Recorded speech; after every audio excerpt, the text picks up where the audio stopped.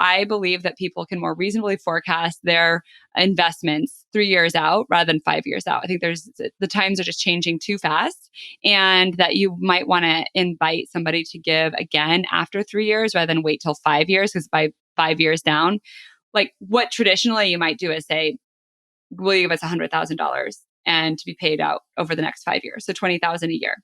Well, then by the time 5 years has passed, that $20,000 should mean less to the donor than it did before. Yep. You know what I mean?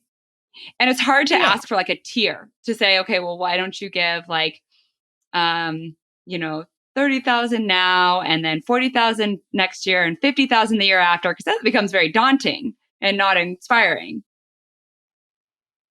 Yeah. Well, I think it's a good idea. I think, there's a lot in what you said. I mean, you're sort of taking it from the positive side, but on the negative, like maybe their financial picture changes. Maybe they're not able to, their commitment for year 4 and 5 ends up being very burdensome at that point in time where it wouldn't have been when they committed initially. So I think it's a good strategy, just to sort of continue the brainstorming here a little bit. Like, have you thought about options or like a performance bonus sort of thing? I deal more sort of, I do larger gift stuff too, but mostly my experience is more grassroots. Whereas I think your perspective primarily or initially comes from more capital campaigns, where it's like, okay, and normally with those gifts, you're tying it to something, like someone's putting a name on a building, yep, or there's something they want, associated with their gift. Well, have you ever tried, or have you thought about trying, like, okay, after 3 years, if we hit X milestone, will you commit at that point? Like, can we have a conversation for twice that amount,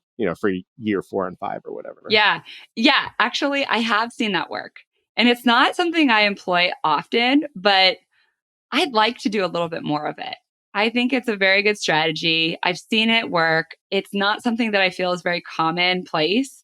I've seen it work with a lot of private family foundations because they tend to have more organized strategic thinking about their philanthropy, whereas individuals still don't. The majority of individual high net wealth donors do not have a strategic plan for how they spend their philanthropy, but the foundations do. So they are very, they study metrics closely. They study the impact of giving closely. And I really like the conversation with Corey Newhouse, where she was talking about shifting from impact and evaluation to learnings. So are we tracking our learnings? Are we discovering new metrics, new ways of having impact? And then are we measured on that, on our learnings, as opposed to actually our outputs or outcomes? So I'm getting really into a tangent zone, but I do think it's interesting. And I'm glad that you asked that, because it's sort of like the deeper conversations around like philosophy of strategy of giving and, your individual credos or like, I don't know, motivations, maybe. I'm not sure what words I'm looking for.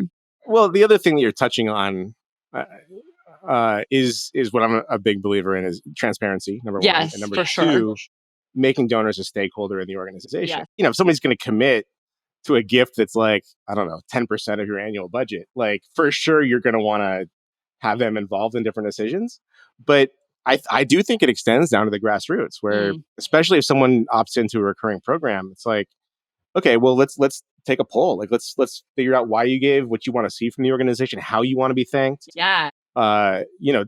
Taken to the next extreme, it's like, we're showing you exactly what we did with your gift, showing you the impact of that. Like, what did you think? Like, what could we have done differently in terms of how we talk about it? Or like, everybody kind of comes to a cause with various levels of understanding and insight into what's going on the ground or in the field. But, ask them, like, what can we do differently? Like, what else would you like to see us do operationally? You're not going to pivot the organization for somebody that gave a $10 gift necessarily, but like, it might give you a new idea. Yeah. At the very least, they feel like they matter to the organization beyond their $10 gift. Yeah. So they're going to stick around longer. They're going to be excited about what you do next. Yeah. And really that's how you really, in my opinion, that's really how you build that sense of community and more dedicated donors behind your organization. Yeah. So those are what I call high value questions that are great for stewardship after a gift and can be really helpful in cultivating another gift. But the way that I interact with those is in person. So what you're sparking for me is what a brilliant idea it would be to, like in January, say, here's what happened between Giving Tuesday and end of year giving, and you were part of it. So it's sort of like your stewardship of your thanking. It's reporting out. So it's that transparency. And then going into that survey that you just rattled off questions. I love that. Like, is this valuable to you? And then that's another awesome touch point for these people who are brand new to you or giving at an early or lower level. And, I don't know, what do you think about, like, how could you upgrade them from there? Two things. I mean, what you're starting to get into is something that, we asked ourselves at Classy from day one, and it was a continuing question. And I still ask it every time I deal with a new client is, how do you build relationships at scale, but in a way that you can efficiently engage a large number of donors? Yes. Technology is definitely an enabler of that. But, asking continuously how you do that and how you do it better is a big part of it. The other part of it, which I'm always surprised, I think a lot of organizations do think this way, but not all of them. Like, I'm always surprised about how often development directors or executives at nonprofits just have not considered this. And that's thinking about it. Thinking about their donors is like being in a funnel, in a lead funnel or in a donor engagement funnel, however you want to frame it. But the main idea is they sort of come in where they come in at a certain level of value. That's sort of the paid lead idea. Someone giving $5 on a Giving Tuesday is like top of the funnel. Right. And then how do you convert them to additional stages? And that's of higher value stages. And that ends up being a second gift. It ends up being getting them into a recurring donation program, making a large philanthropic gift, becoming a fundraiser themselves, even offline things like being an evangelist for your organization or being a key volunteer, stuff like that, as you get, further down the funnel. So I guess to answer your question is, asking how you build relationships at scale, devising your own engagement funnel, or sometimes it's an hourglass, or I've seen it as a whirlpool now.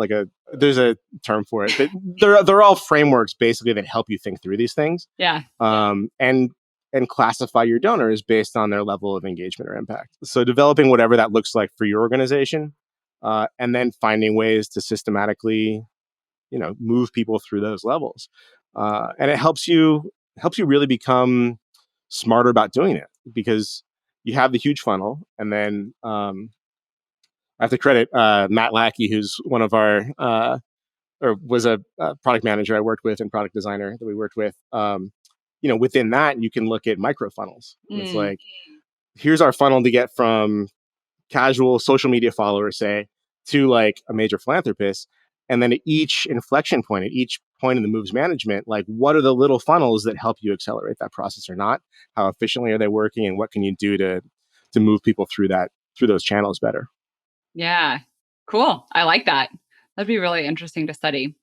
Yeah, you can really go down the rabbit hole. And if you're a large organization with a lot of resources, you can invest in a consultant or something like that. You can really get very sophisticated. But even if like you're a lone founder run organization, like, you can start to think through these things and build a basic framework that, even if you can't really measure it in detail at first, like, at least you're classifying donors and seeing how they might fit within that paradigm. And start to optimize it. And as your resources grow, really invest in accelerating that process.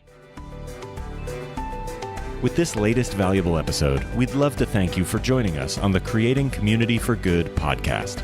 If you found today's show valuable, simply visit our website, creatingcommunityforgood.com, to leave a review, as well as to get access to additional resources and relevant links from this show. Stay tuned for more episodes.